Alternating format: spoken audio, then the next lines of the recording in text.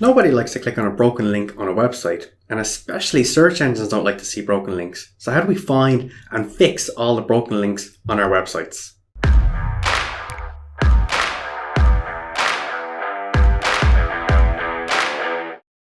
Let's start off this video by talking about what actually causes broken links, because believe it or not, every single website that we ever look at as an SEO agency always has broken links. People always think that their website links are perfect. Usually that's not the case in any website we've ever looked at. And this is caused by things that can be extremely simple. As an example, if you have a website and your about page is /about, and you get a new website and then it changes to /about us, well, if people were previously linking to, or if any of your older content, such as an old blog post, was linking to your about page with /about, which is now /about us, that old URL doesn't exist anymore. That's what can cause broken links. Now, there is a few other things that can cause broken links, or 404 errors as they're more commonly known, but that is the main reason that people have broken links on their website, is from changing URLs. Now, realistically, what you should do every time you're changing any URL on your website is implement what's known as a 301 redirect.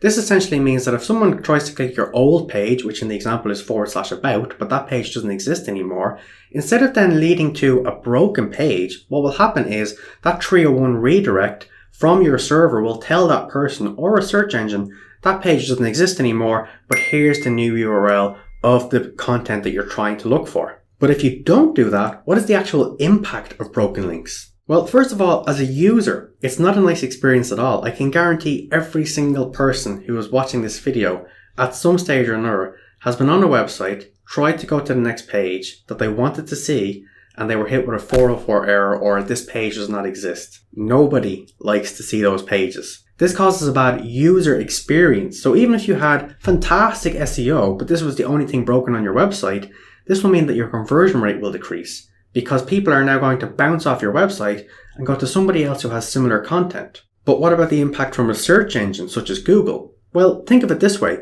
Google is constantly crawling your website, and what's going to happen is they'll go through the code of your website behind the scenes, and they'll crawl every single piece of content, including all different links that are on that page. So if on that page, you're then linking to a broken page, whether it's from your own website or from somebody else's website, well, Google's going to go, this is a dead end here. We don't really want to send our users to websites that are leading people to dead ends. Now, it's not exactly as extreme as that, but that is the way that you should think about it. So how do we know if our website has broken links? How do we find these broken links? Well, there's actually a few different ways. First of all, you could use a tool like Screaming Frog, or you could use Google Analytics or Google Search Console, all of which you can have a free version of. Now, if you want to learn a bit more about the steps that you need to take in order to find your broken links using those tools, you can actually click on our blog post that we have about this in the description below. However, in this video, I'll show you an example of how we use Screaming Frog for this. So when we open up Screaming Frog, all we need to do is we need to type in the URL of our website, and we'll just start a crawl. Once that crawl is complete, we'll go over to the response codes tab, and we'll filter it to only show 4XX errors. This will show any 404s that our website has, where they are, and what pages they are linking from and what pages they're linking to, so that we can easily find and resolve these. But how do we actually resolve these when we found them on our website? Well, luckily enough, in most cases, it's very, very simple to do. Luckily enough, it can be as simple as actually just going into that particular page or post on your website, finding where that broken URL is, and just updating the link. Usually it's that simple. However, what I would recommend doing is once you've made that change, test that link to make sure that it's not broken and that the new link that you've input actually leads to a strong and relevant page. Now, bear in mind, you can also have 404 errors for images that are on your website as well. So when an image doesn't appear, that's realistically a 404 error and a broken link. This is also important not only for a user perspective, because they're not going to see an image that they thought would appear or that your website thinks will appear, but also for a search engine, because search engines also, as I mentioned, will crawl all the different links that they find on your site. But every single image on your website has its own unique URL. So that's how images also can have 404 errors, and we've seen this many times in the past. Scarily enough, we've had clients come to us in the past, and the first thing that we do is we do an SEO audit, which includes checking for broken links.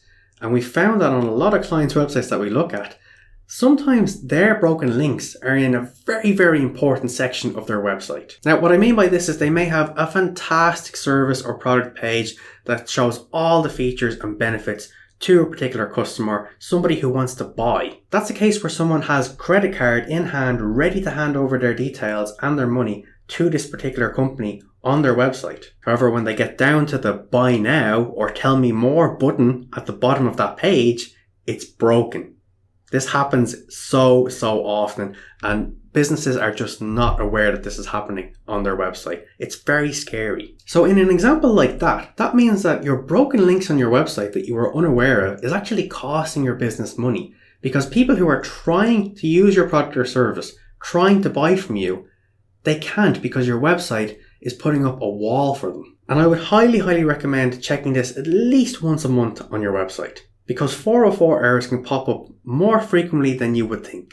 So I'll wrap up today's video there. Hopefully you got a bit of value from it. Please let me know any questions or comments that you have down below. As I mentioned, also a link in the description to our blog post that we have about this that goes into a few more deeper steps of how you can use those particular tools that we mentioned to actually find broken links and fix them on your own website. Hopefully you got a bit of value from today's video. Hopefully you learned something, and hopefully you can now go and resolve all of the broken links that you have on your website so that people who are on your website can actually go ahead and take the actions that you want them to take. Have a good day, and we'll talk again soon. Bye.